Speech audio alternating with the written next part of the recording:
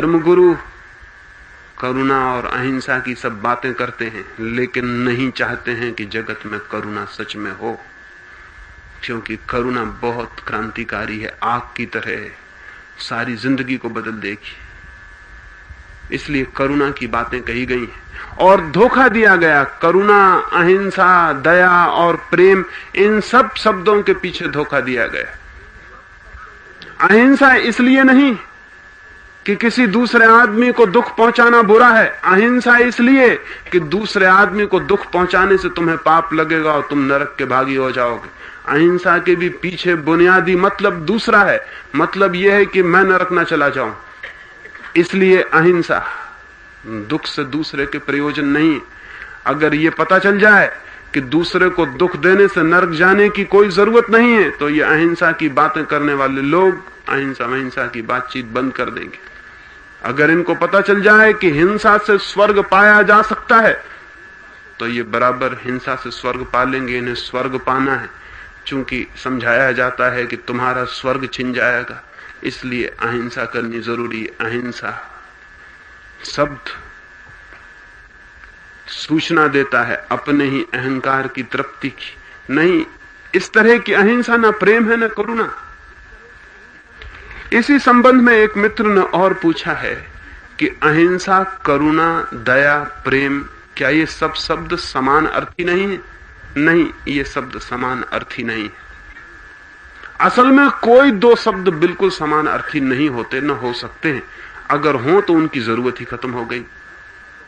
उनमें थोड़ा सा फासला और फर्क होता है, इसीलिए वो ईजाद होते हैं, नहीं तो उनकी कोई जरूरत न थी। करुणा का अर्थ है एक ऐसा हृदय जो प्रेम से भरा हुआ है, एक ऐसा हृदय जिसकी धारा बिना शर्त सबके प्रति मंगल की कामना से भरी हुई है। दया और करुणा में बहुत फर्क है। दया बहुत बुरी बात है, दया कोई शुभ बात नहीं, क्योंकि दया का अर्थ है दूसरे पर दया, और जिस पर हम दया करते हैं उसे हम दयनीय स्वीकार कर लेते हैं, और किसी को भी दयनीय स्वीकार करना उसका अपमान है।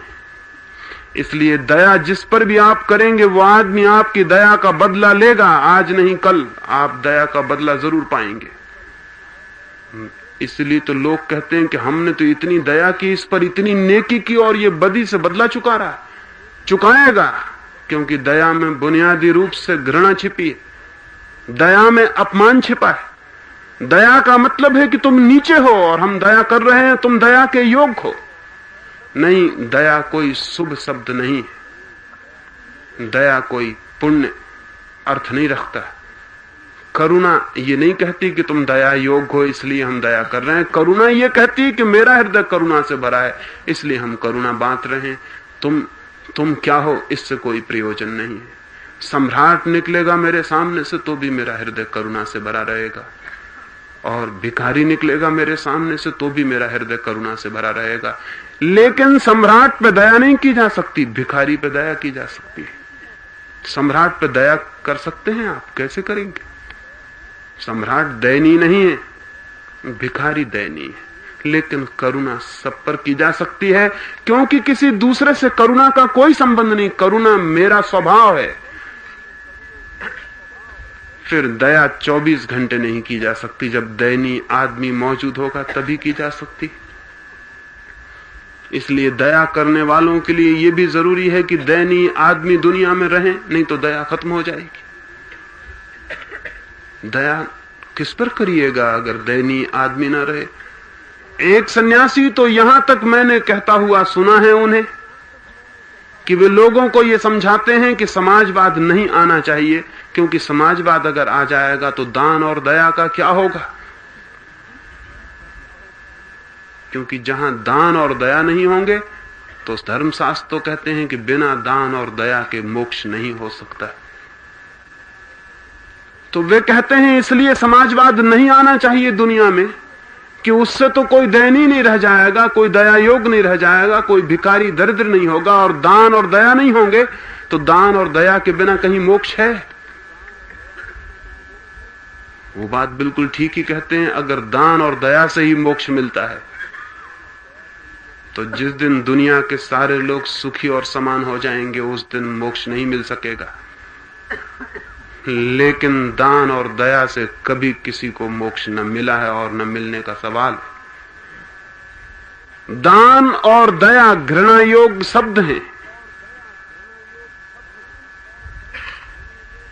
दया नहीं करनी है किसी पर, करुणा पूर्ण होना है।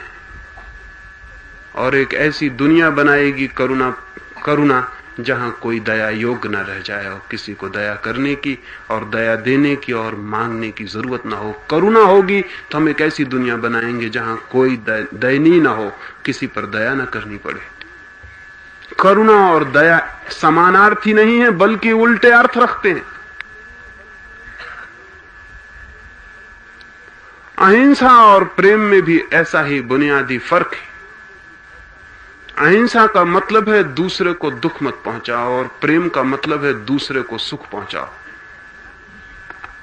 अहिंसा का अर्थ है दूसरे को दुख मत पहुंचाओ, प्रेम का अर्थ है दूसरे को सुख पहुंचाओ। अहिंसा निगेटिव है, नकारात्मक, प्रेम पॉजिटिव है, विधायक। अहिंसा इतना ही कहती है कि नहीं, दूसरे को दुख मत पहुंचाना। क्यों? क्योंकि दूसरे को दुख पहुंचाने से पाप लगता है। इसलिए अहिंसा एक तरह की कठोरता पैदा करवा देती है। दूसरे को दुख मत पहुंचाओ, बस बात खत्म हो गई, दूसरे से संबंध समाप्त हो गया। दूसरे को सुख पहुंचाने का सवाल नहीं है, दूसरा आनंदित हो यह सवाल नहीं है, दूसरा मेरे कारण दुखी ना हो जाए यह सवाल है। क्योंकि मेरे कारण अगर कोई दुखी होता है तो उसके वजह से मुझे आगे आने वाले जन्मों में दुख भोगना पड़ेगा। अंततः केंद्रीय रूप से मेरे दुख और सुख का सवाल है। मैं अपने सुख की तलाश में हूं, दूसरे को दुख नहीं पहुंचाना है कि कहीं मेरे सुख की तलाश में बाधा न पड़ जाए। इसलिए अहिंसा बिल्कुल ही नकारात्मक है शब्द।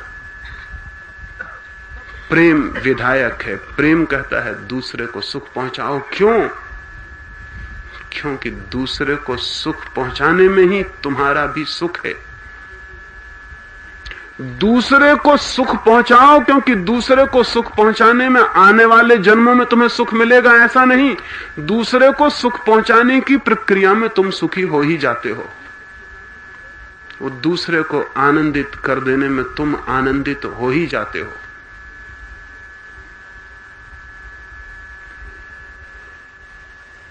अहिंसा अहंकार को मजबूत करेगी और प्रेम अहंकार को विलीन कर देगा, विसर्जित कर देगा। क्योंकि प्रेम की अंतिम मंजिल उस दिन पूरी होती है जिस दिन दूसरा न रह जाए। दूसरे को सुख पहुंचाओ ही नहीं, जिस दिन दूसरा भी न रह जाए। अंततः वो जगह आ जाती है प्रेम में जहां दूसरा समाप्त हो जाता है। लेकिन अहिंसा में दूसरा कभी समाप्त नहीं हो सकता। दूसरे से इतना ही प्रयोजन है कि उसको दुख नहीं पहुंचाना, बात खत्म हो गई, इससे आगे कोई संबंध नहीं।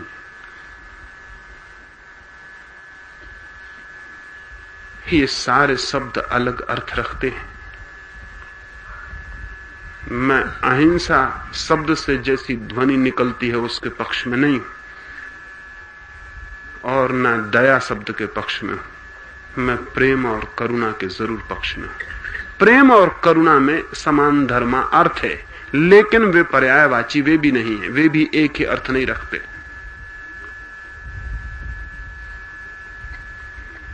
प्रेम जैसा कि प्रचलित है, जैसा कि हम उसे उपयोग करते हैं, हमेशा दो व्यक्तियों के बीच संबंध है।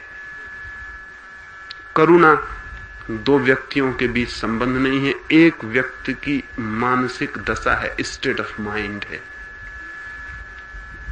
करुणा में दूसरे का प्रश्न नहीं है, दूसरे का सवाल नहीं। वो व्यक्ति करुणापूर्ण है, कोई दूसरा है नहीं है, इसका कोई सवाल नहीं है।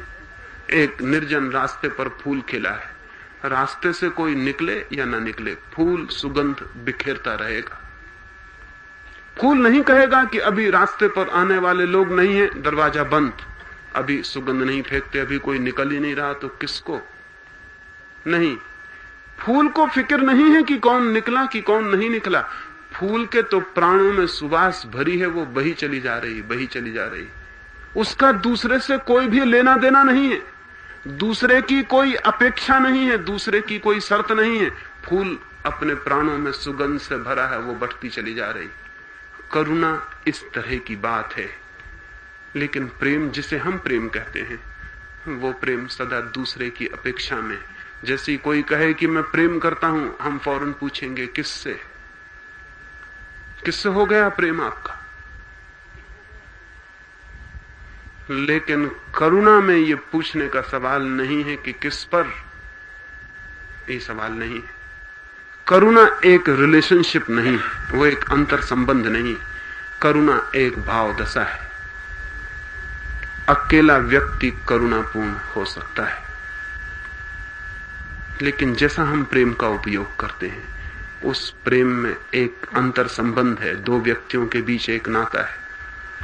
अगर ठीक से समझें तो प्रेम ही जब विकसित होकर विराट हो जाता है और संबंधों के पार चला जाता है, तो करुणा हो जाती है। करुणा जो है वो प्रेम की परिपूर्णता है। जब प्रेम दो व्यक्तियों के बीच का संबंध नहीं रह जाता, बल्कि प्रेम फैलकर एक और अनंत के बीच की अवस्था हो जाता है, तब वो करुणा बन जाती है। प्रेम का ही परिपूर्ण विकास करुणा है। प्रेम पहला चरण है, करुणा अंतिम मंजिल है। लेकिन उनमें फर्क है, उनमें बुनियादी फर्क है। और करुणा इन चारों शब्दों में सबसे ज्यादा मूल्यवान है। करुणा जैसा प्यारा शब्द खोजना मुश्किल है। कंपैशन, वो बात ही बहुत अद्भुत है, वो शब्द ही बहुत अद्भुत है। उस पर जितना सोचें, जितना उसका अनुभव करें, उतने नए अर्थ और नई गहराइयां दिखाई पड़नी शुरू हो सकती।